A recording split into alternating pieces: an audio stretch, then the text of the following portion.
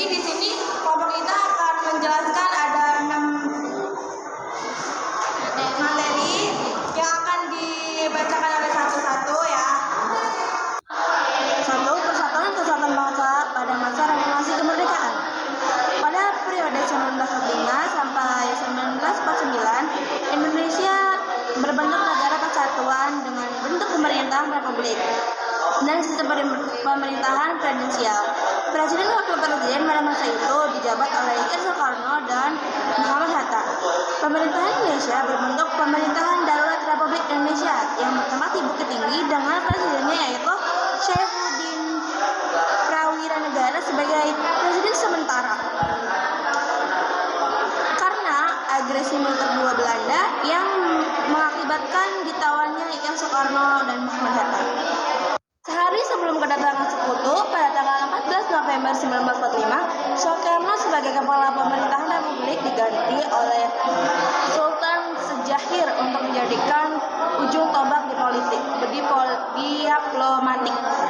dengan keluarganya maklumat pemerintahan. Pada tanggal 14 November 1945, kekuasaan eksekutif yang semulanya dijalankan oleh presiden dialihtangankan kepada menteri sebagai konsekuensi dari bentuknya sistem pemerintahan parlementer. Sistem parlementer itu berjalan tidak lama. Sistem tersebut berlaku mulai pada tanggal 14 November sampai 20 Desember 1949. Dalam rentang waktu itu terjadi beberapa kali pergantian kabinet. Kabinet pertama dipimpin oleh Sultan Syahir yang dilanjutkan dengan kabinet Syahir 2 dan 3. Sewaktu bubarnya kabinet Syahir 3 sebagai akibat meruncingnya pertikaian antara Indonesia dan Belanda. Pemerintahan membentuk kabinet presidensial kembali pada tanggal 27 Juni sampai 3 Juli 1947. Namun atas desakan dari beberapa partai politik, Presiden Soekarno kembali membentuk kabinet parlementer seperti 1 yaitu Kabinet Amir Saifuddin, Kabinet Amir Saifuddin 2, Kabinet Hatta 1, Kabinet Darurat, Kabinet Hatta 2. Pada periode ini muncul sebagai gerakan separatis dengan tujuan memisahkan diri dari NKRI. Gerakan pemberontakan tersebut adalah pemberontakan KPI di Madiun, dan DITII di Jawa Barat. Bagian 2, Persatuan dan Kesatuan Bangsa pada masa pemberlakuan Konstitusi RIS. Pada masa pemerintahan tahun 1949 dan 1950, negara Indonesia berubah bentuk menjadi negara federasi serikat dengan masih menggunakan bentuk pemerintahan republik, namun sistem pemerintahan telah berganti menjadi sistem pemerintahan parlementer. Jabatan kepala negara dipegang oleh Ir Soekarno sebagai Presiden Indonesia Serikat dan Mr. Asad sebagai pemangku. Sementara jabatan Presiden RI pada tanggal 23 Agustus sampai dengan 2 September 1949 diadakan KMB di kota Den Haag, Netherlands. Adapun tujuan diadakan KMB ialah untuk menyelesaikan persengketaan. Diadakan KMB ialah untuk menyelesaikan persengketaan Indonesia dan Belanda selekas-lekasnya dengan cara yang adil dan mengakukan kedaulatan yang nyata, penuh, dan tanpa syarat kepada Republik Indonesia Serikat. Bila kita tinjau isi konstitusi itu jauh menyimpankan dari cita-cita Indonesia yang berideologi Pancasila dan berundang-undang dasar 1945 karena hal berikut ini. A. Konstitusi RIS menentukan bentuk negara serikat federalisme yang berbagai dalam 16 negara bagian, yaitu 7 negara bagian yang 9 buah satuan negara. Pasal 1 ayat 2 Konstitusi RIS. B. Konstitusi RIS menentukan sesuatu bentuk negara yang liberalistis atau pemerintahan berdasarkan demokratis parlementer, di mana materinya bertanggung jawab atas seluruh kebijaksanaan pemerintahan kepada parlemen. Pasal 11 8 ayat 2 Konstitusi RIS. B. Mukadimah Konstitusi RIS telah menghapus sama sekali jiwa dan semangat pembukaan Undang-Undang Dasar Proklamasi sebagai penjelasan resmi. Proklamasi Kemerdekaan Negara Indonesia. Pembukaan Undang-Undang Dasar 1945 merupakan Declaration of Independence bangsa Indonesia. Ini adalah perubahan kata-kata dari kalimat sila Pancasila ini yang kemudian yang sumber segala penyelewengan di dalam sejarah ketatanegaraan Indonesia. Gerakan separatis pada masa pemerintahan RIS sebagai berikut. Pemberontakan APRA.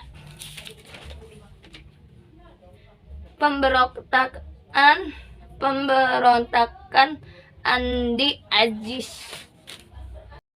Oke, lanjut. 3. Persatuan dan Kesatuan Bangsa pada masa demokrasi liberal. Pertama kali di Indonesia menganut sistem demokrasi parlementer yang bisa disebut dengan demokrasi liberal. Di Indonesia, demokrasi liberal yang berjalan dari tahun 1950 sampai 1959 mengalami perubahan-perubahan kabinet yang mengakibatkan pemerintahan menjadi tidak stabil. Cara kerja sistem pemerintahan parlementer sebagai berikut: kekuasaan eksekutif, kekuasaan legislatif, kekuasaan yudikatif. Daftar kabinet yang ada di Indonesia selama masa demokrasi liberal sebagai berikut: Kabinet Natsir, Kabinet Sudirman Sailendra, Kabinet Muldoko, Kabinet Ali Sastroamidjojo, Kabinet Burhanuddin, Kabinet Juanda. Pada tahun 1955 dilaksanakan pemilu yang dianggap sebagai pemilu Indonesia yang bersih. Kekacauan yang tidak segera berakhir sehingga mendorong Presiden Soekarno mengeluarkan dekret presiden pada tanggal 5 Juli 1959. Isi dari dekret presiden sebagai berikut: pembubaran konstituante, memberlakukan kembali UUD 1945 dan tidak berlakunya lagi UUD 1950, pembentukan DPR dan DPR sementara, gerakan DITTII di Sulawesi Selatan. Pembentangan DITTII di Sulawesi Selatan dimulai sejak tahun 1951 yang dipimpin oleh Kadjar Mufajar. Kadjar Mufajar memiliki kemauan untuk menjadi pemimpin APRIS di daerah Sulawesi Selatan. Kemudian pada tanggal 30 April 1950 Kadjar Mufajar memberikan surat kepada pemerintah pusat yang menyebutkan agar semua anggota dari KGGS Komando Gerilya Sulawesi Selatan dimasukkan dalam APRIS serta menyarankan pembentukan Brigjen Hasanuddin. Kebijakan pemerintah tersebut membuat kecewa Kadjar Mufajar. Pada tanggal 17 Agustus 1951 Kadjar Mufajar bersama pasukannya melarikan diri ke hutan. Kemudian pada tahun 1952 Kadjar Mufajar menyebut bahwa wilayah Sulawesi Selatan telah menjadi bagian dari negara Islam Indonesia pimpinan Kasturiolo. Gerakan DITTI di Kalimantan Selatan. Penolakan yang dipimpin Ibnu Hajar di Kalimantan Selatan merupakan bagian dari gerakan penolakan Darul Islam, Tentara Islam Indonesia DITTI, yang akan membuat negara berdasarkan hukum Islam Indonesia yang juga disebut dengan Negara Islam Indonesia. Banyak mantan pejuang tidak dapat masuk tentara karena disebabkan tidak bisa baca tulis, termasuk Ibnu Hajar sendiri. Ibnu Hajar lalu membuat Kesatuan Rakyat yang tertindas KRJT dan menggempur pos tentara di Kalimantan Selatan pada Oktober 1950. Penyelesaian secara damai mulainya dilakukan pemerintah Indonesia, tetapi Ibnu Hajar yang sama tertangkap dan dilepaskan untuk membujuk penentang lain menyerah, malah kabur dan meneruskan pembentukannya. Penentang tersebut kemudian berhasil dikalahkan dan Ibnu Hajar menyerah pada Maret 1965 dan kemudian dijatuhi hukuman mati. Pemberontakan PRRI Permesta Kabinet Ali Sastromi Jojo harus menghadapi kesulitan karena adanya pergolakan di daerah-daerah. Hal itu disebabkan oleh adanya ketidakpuasaan beberapa daerah di Sumatera dan Sulawesi terhadap alokasi biaya pembangunan dari pemerintahan pusat. Ketidakpuasan ini didukung oleh beberapa pengalaman militer. Pada tanggal 10 Februari 1958 didirikan organisasi yang bernama Gerakan Perjuangan Menyelamatkan Negara Republik Indonesia yang diketuai oleh Letnan Kolonel Ahmad Hussein. Terima kasih. Baik, untuk bagian nomor 4, Persatuan dan Kesatuan Bangsa pada masa demokrasi terpimpin setelah Dekret Presiden Negara Indonesia kembali menggunakan UUD 1945. Baik, untuk nomor 5, Persatuan dan Kesatuan Bangsa pada masa Orde Baru. Kepemimpinan Presiden Soekarno dengan demokrasi terpimpinnya akhirnya jatuh pada tahun 1966.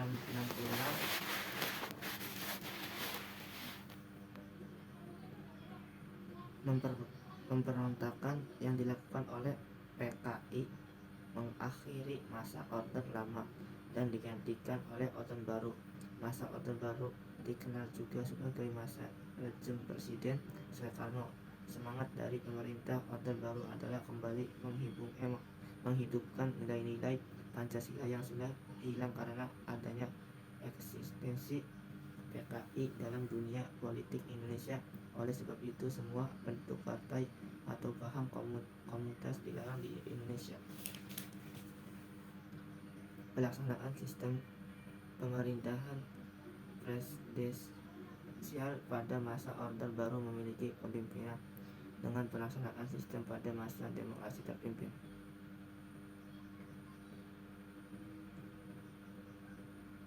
Pembangunan ekonomi yang tanpa kontrol untuk memicu terjadinya krisis moneter, ketidakpuasaan yang berkembang di masyarakat kemudian terakumulasi dalam gerakan-gerakan protes mahasiswa yang menghadapi momentum ketiga krisis ekonomi mulai melanda pada tahun 1997. Perpaduan di antara dunia hal itu telah mendorong Soekarno turun dari hinggasannya yang telah lebih dari 32 tahun diduduki. Kekuasaan yang begitu lama membuat Orde Baru melakukan penyimpanan sebagai berikut. A. Terjadinya praktik monopoli ekonomi karena tidak berdasarkan pasal 33 UUD 1945. B. Pembangunan ekonomi bersifat sentralistik sehingga terjadi jurang pemisah antara pusat dan negara. C. Kekuasaan berada di tengah lembaga eksekutif. Pemerintahan bersifat sentralistik, berbagai keputusan disolidasikan dengan sistem komando, tidak ada kebebasan untuk mengkritik jalannya pemerintahan. D. Praktik kolusi, korupsi, dan nepotisme KKN biasa terjadi dalam tentunya merugikan perekonomian negara dan kepercayaan masyarakat. D. Supremasi hukum tidak dapat dikenakan karena banyaknya oknum penegak hukum yang cenderung pada orang tertentu sesuai kepentingan hukum bersifat kebal terhadap penguasa dan konglomerat yang dekat dengan penguasa. Kelebihan pemerintahan pada masa Orde Baru sebagai berikut. A. Perkembangan GDP per kapita Indonesia yang pada tahun 1968 hanya ASS 70 dan pada 1996 telah mencapai lebih dari ASS 1000. B. Indonesia mengalami surplus beras yang akhirnya diimpor ke India. C. Pembangunan terutama di Indonesia didukung program Ereblita yang berfokus pada industri dan pertanian atau agroindustri untuk ekspor yang cukup menambah devisa negara pada saat ini. D. Suksesnya program transisi. E. Suksesnya program keluarga berencana. F. Sukses mengurangi buta warna.